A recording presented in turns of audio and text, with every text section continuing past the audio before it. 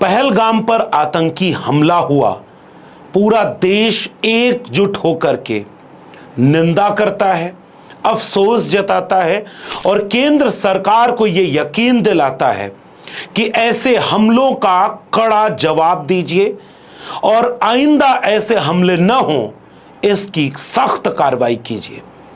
केंद्र सरकार भी एक गंभीरता बरतते हुए लगातार बैठकें कर रही है, लगातार इसकी कोशिश कर रही है। उसने एक एडवाइजरी भी जारी की कि इस बात को बाहर अब चर्चा करने की बजाय हम अंदर रणनीति बना रहे हैं। पहली रणनीति के तहत उन्होंने सिंधु जल समझौते को किनारे करते हुए पानी रोक दिया। उसके बाद कई तरह के बैन लगाए, भारत के पाकिस्तानी दूतावास को सख्त निर्देश दिया गया, कई डिजिटल स्ट्राइक की गई और इस सब के तहत एक गंभीरता सरकार बरत रही है। पहली बार कायदे से यह हुआ कि पूरा देश एकजुट होकर के सरकार के साथ खड़ा है। पहली बार पूरा देश कह रहा है कि एक ऐसा कड़ा कदम उठाइए। सैलानियों पर गोली चली है, कश्मीरियत पर गोली चली है, इंसानियत पर गोली चली है। यह गोली अब रुकनी चाहिए, सरकार को सख्त कार्रवाई करनी चाहिए और इस तरह से जो हुआ उस पर लेकर के लोगों की नजर है।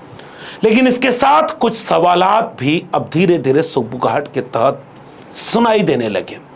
मिसाल के तौर पर पहला सवाल जब ये पूछा गया कि जब सरकार ये मानती है कि चूक हुई है, लोग ये फिर पूछने लगे कि फिर जिम्मेदारी किसकी, और अगर जो जिम्मेदार है उस पर कार्रवाई क्यों नहीं हुई?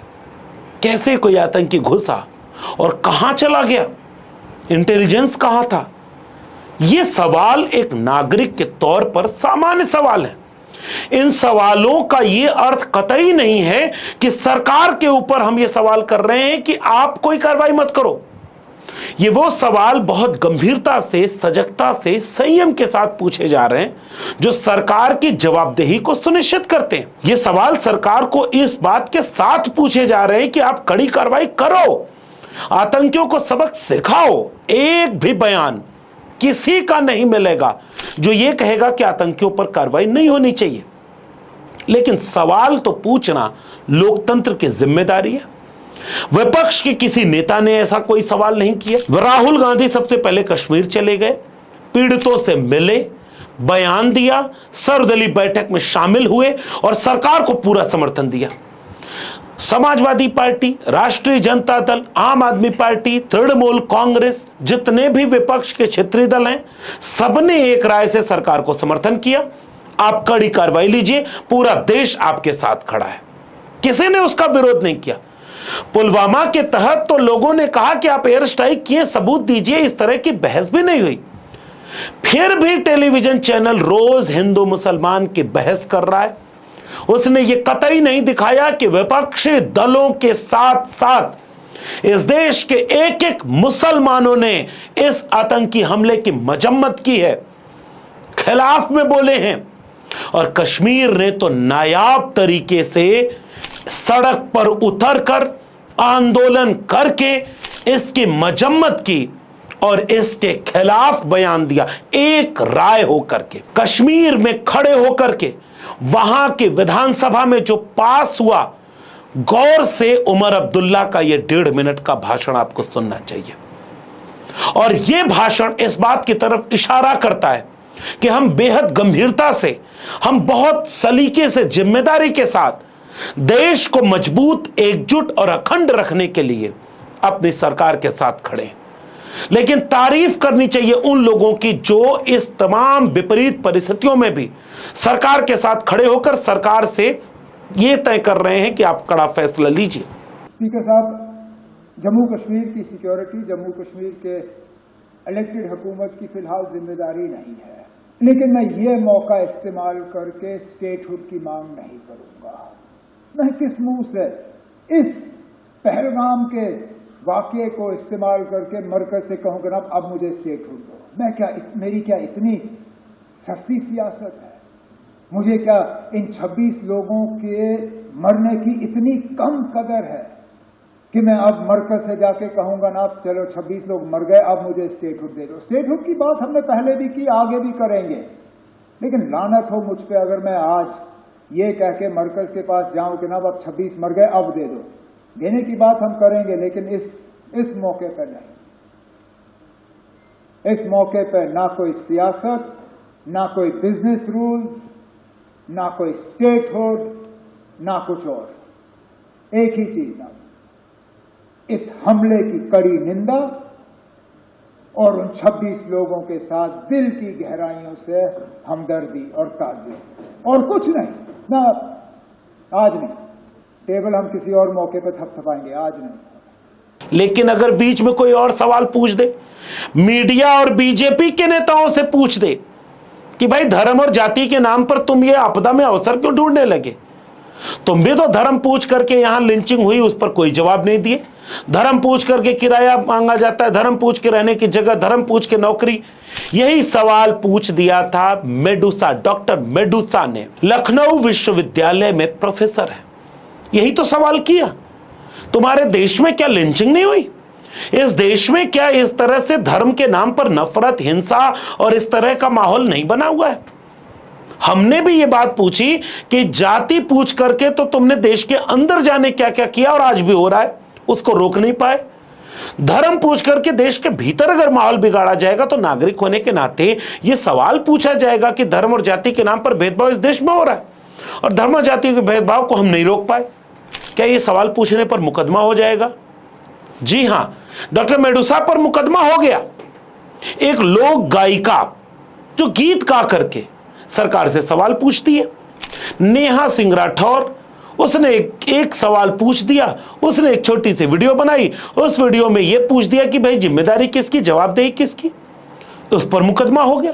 जैसे एक सामाजिक कार्यकर्ता हरीश मिश्रा, बनारस का रहने वाला, संविधान की बात करने वाला, पीडीए की बात करने वाला, सरकार से सवाल पूछने की एक बेखौफ आवाज, उसके ऊपर हमला हुआ, फिर उसे जेल में डाल दिया। जेल में डाल करके क्या इस तरह की आवाजों को आप दबा देंगे?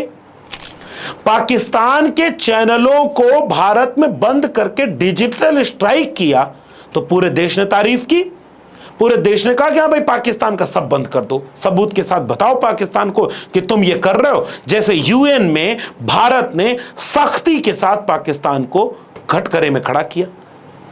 लेकिन जो यूट्यूब चैनल अगर आपसे जवाबदेही, आपसे सवाल, आपसे एक विमर्श के तहत पूछे, जो नागरिक होने का उसका धर्म है, कहां से आतंकी आए, कैसे आए, कहां चले गए, क्यों सूचना नहीं मिली, कैसे लोग मार दिए गए, हिंदू मुसलमान क्यों कर रहे हो, जाति और धर्म के नाम पर यहां आपदा को अवसर में क्यों ढूंढ रहे हो, आपने पूरा यूट्यूब चैनल ही बंद करवा दिया।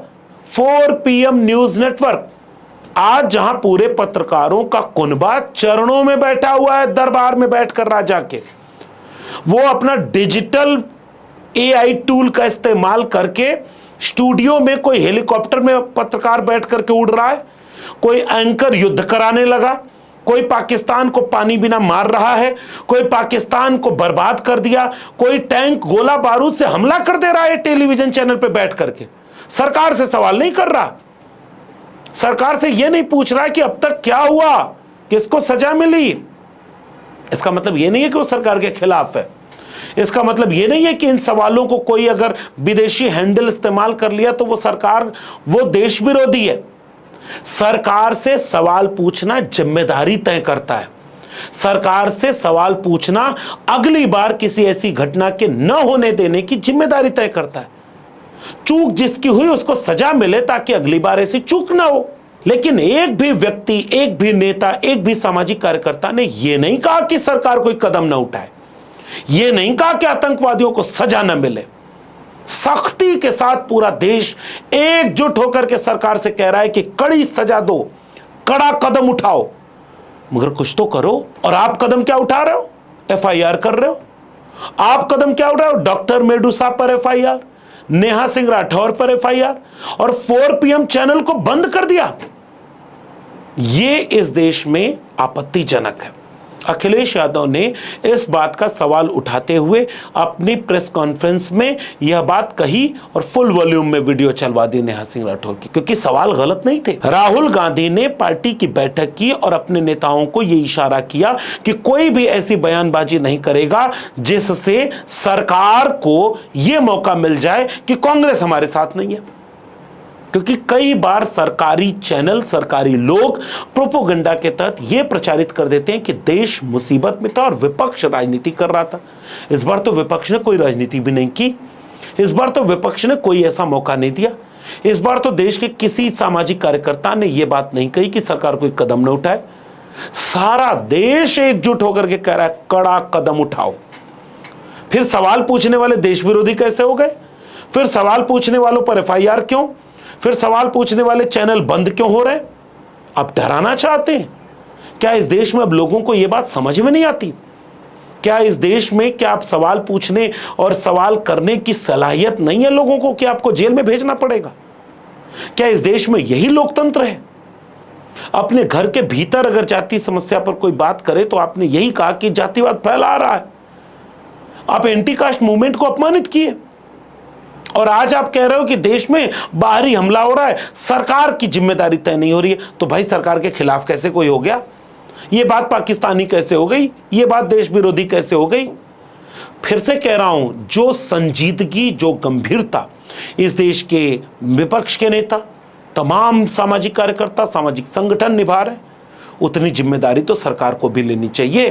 भारतीय जनता पार्टी की तरफ से जो भाषा आज गौरव भाटिया प्रेस कॉन्फ्रेंस करके बोलते हैं, ये भाषा खुद देश विरोधी लगती है।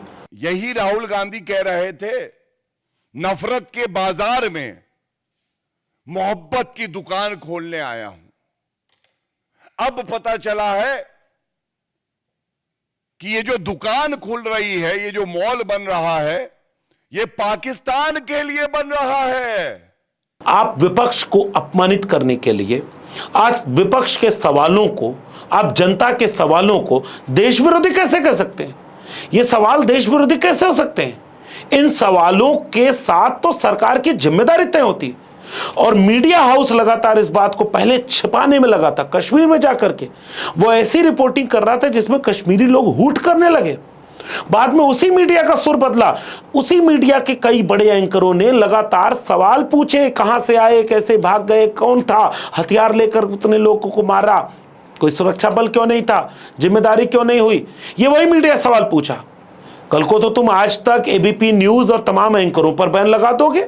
इसका मतलब सवाल पूछने से देश विरोधी नहीं कोई हो जाता, क्योंकि ये बात गांव के लोग नहीं समझ पाते, क्योंकि गांव में टेलीविजन और अखबार दिखा जाता। वो तो दोनों सरकार के दरबारी बन चुके हैं, वो युद्ध करा रहे, वो पाकिस्तान को प्यासा मार रहे। एक्सपर्ट ये सवाल पूछ रहा है कि सिंधु नदी का पानी भारत कितने दिन रोक सकता है, कहां रोक कर ले जाएगा?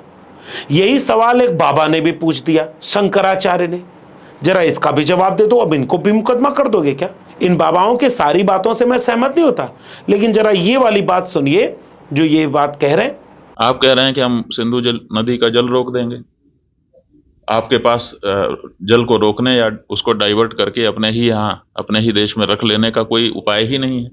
अब जरा इस तरह के तमाम सवालों को सोचिए, गंभीरता से देश के भीतर सवाल तो बनते हैं।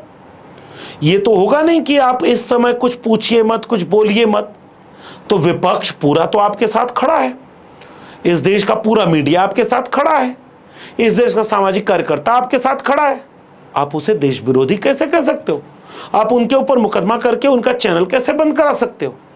ये देश में तानाशाही है, ये देशभक्ति नहीं है। और अब इस गांव का, इस देश का, इस कस्बे का हर व्यक्ति ये समझ रहा है कि इस तरह से तानाशाही से देश मजबूत नहीं होगा। अगर अंतर्राष्ट्रीय स्तर पर कूटनीति देश की फेल हुई है तो सवाल पूछा जाएगा। अगर बाहर से आतंकी पहलगाम तक घुस आए, गोली मार डाले और वापस गायब हो गए, अभी तक पता ही नहीं, तो सवाल पूछना बनता है। जैसे 300 किलो आरडीएक्स लेकर के उस कश्मीर में कैसे कोई गाड़ी आ गई जिसमें चप्पे चप्पे पर सुरक्षा होती है? यह सवाल एक देशभक्त का सवाल है, ये देश विरोधी सवाल नहीं है। ये सवाल ये तय करते हैं कि अगली बार कोई पहलगाम न हो, अगली बार 26 बेगुनाहों की मौत न हो, अगली बार किसी नवविवाहित जोड़े को बर्बाद न किया जाए, अगली बार कोई घोड़े वाला जान बचाने में जान से न हाथ धो बैठे, अगली बार पहलगाम न हो। ये सवाल इसलिए पूछे जाते हैं, लेकिन सवाल पूछने वालों को ही सरकार, उसकी चापलूस मीडिया और उसके दरबारी अंधभक्त देश विरोधी घोषित कर देते हैं। जरा इस तरह की प्रवृत्तियों पर भी नजर रखिए और संयम के साथ ये महसूस करिए कि पूरा देश सरकार के साथ खड़ा है, मगर पूरा देश अपनी सरकार से कुछ सवाल भी करता है। ये दोनों एक साथ चल सकता है। बाहर कड़े फैसले लो, सबक सिखाओ, मगर कुछ इसका भी जवाब दे देना। इस संतुलन, इस धैर्य और इसी तरह की दूरदर्शिता इस देश को जरूरत है। कश्मीर ने वो दूरदर्शिता सिखाई है। आपके सामने कई लोग इस आपदा को अवसर में बदल करके पूरे देश को सांप्रदायिक नफरत की आग में झोंकने के लिए वीडियो बना रहे होंगे, मैसेज दे रहे होंगे, व्हाट्सएप कर रहे होंगे। मत पढ़िए। इस देश से मोहब्बत है तो इस देश के हर नागरिक से मोहब्बत करिए और अपने देश को मजबूत करने के लिए सवाल करिए। अपने देश को सुरक्षित रखने के लिए सरकार का साथ दीजिए। साथ देते हुए सवाल इस देश के नागरिक का फर्ज है। आपका क्या मानना है इस पूरे प्रकरण पर, नीचे कमेंट बॉक्स में जरूर बताइएगा। अगर आपने अब तक इस चैनल को सब्सक्राइब नहीं किया है तो चैनल को सब्सक्राइब जरूर करिए, ज्वाइन के बटन दबाइए ताकि हमें हिम्मत मिले, और घंटी की बटन दबाएंगे तो अगली वीडियो की सूचना मिलेगी। अगर आप इस वीडियो को फेसबुक या ट्विटर यानी एक्स पर देख रहे हैं तो फॉलो करना मत भूलिए। फिर मिलेंगे ऐसे बहुत जरूरी, संवेदनशील और सवाल करने वाली विषयों के साथ। तब तक के लिए बहुत बहुत धन्यवाद।